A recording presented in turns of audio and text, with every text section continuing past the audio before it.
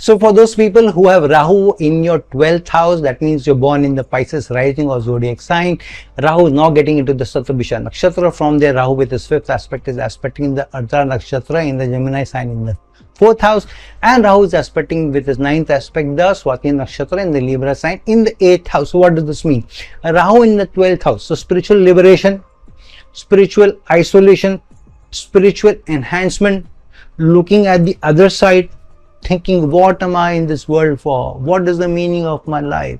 Why am I here? What can I do for my liberation? What can I do for salvation? What can I do for the masses? Where can I leave a strong legacy behind? But sometimes what happens, being too philosophical, which means you are isolated from the world.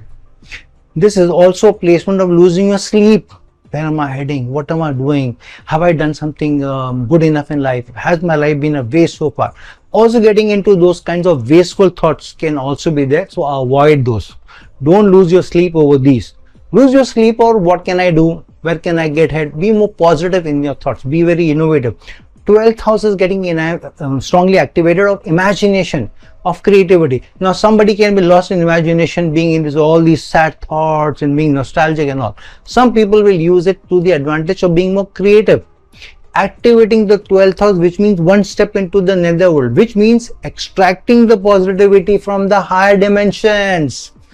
The 12th house of higher dimensions and Rahu being very creative, innovative, pulling that energy through meditation, pulling that energy through motivation, pulling that energy through your imagination. Creative imagination is getting activated. So use this liberty which the zodiac is giving you with Rahu and Satabisha in the 12th house to your advantage. Why? Because Saturn is in the Lagna of your enhancement, while Rahu is activating the 11th sign, the Aquarius and the Mool Trikona sign of Saturn strongly. Use the liberation to your advantage. Why it's important? Rahu with his 5th aspect from the 12th house is aspecting the 4th house of making more assets, of being in your comfort zone, activating your domestic life. So doing something creative at home, spending more time with the family, focusing on your domestic life, focusing on your assets, looking at assets and making more investments, strategic investment. But mind you, Rahu in the 12th house, it can go into overspending on something which you really love. So Rahu in the 12th house can give you this sudden expenses, ignition. I want to do this. I want to acquire that bike. I want to acquire that house. I want to acquire that car. Well, the 4th house is also the house of conveniences, like car, bike, TV. So don't go on the splurge. Make some thoughtful expenses if you want, but focus on your domestic life. See where it will make more sense, practical sense to make the change, either to innovate or to renovate, set up your house, meet that person to set up your domestic house and so forth. So family is the key here. Some people may also find some unusual situations they may get into family also.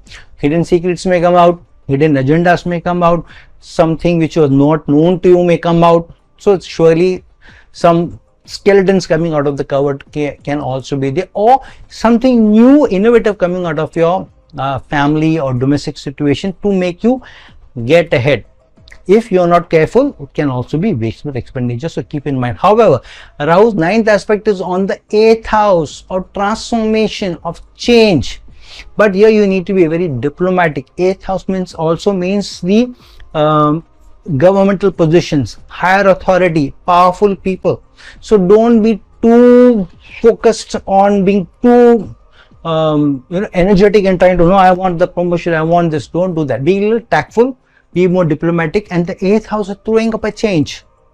So use that motivation, creativity, imagination of the 12th house to be able to extract the benefits of the change and transformation coming from the 8th house, to be able to get advantages in the 4th house of assets, family situation. So use that imagination, energy, the transformation for you and the family. Only you is not in the focus this time, family is also under the focus, or assets under focus, conveniences are under the focus. So either of these three, make use of the advantage of this energy. This is a very, very strong investigative energy, explorative energy, strategic energy, transformative energy, identifying the new situation, opportunity coming out of the 8th house, making assets through strategic imagination is the key. So make use of that.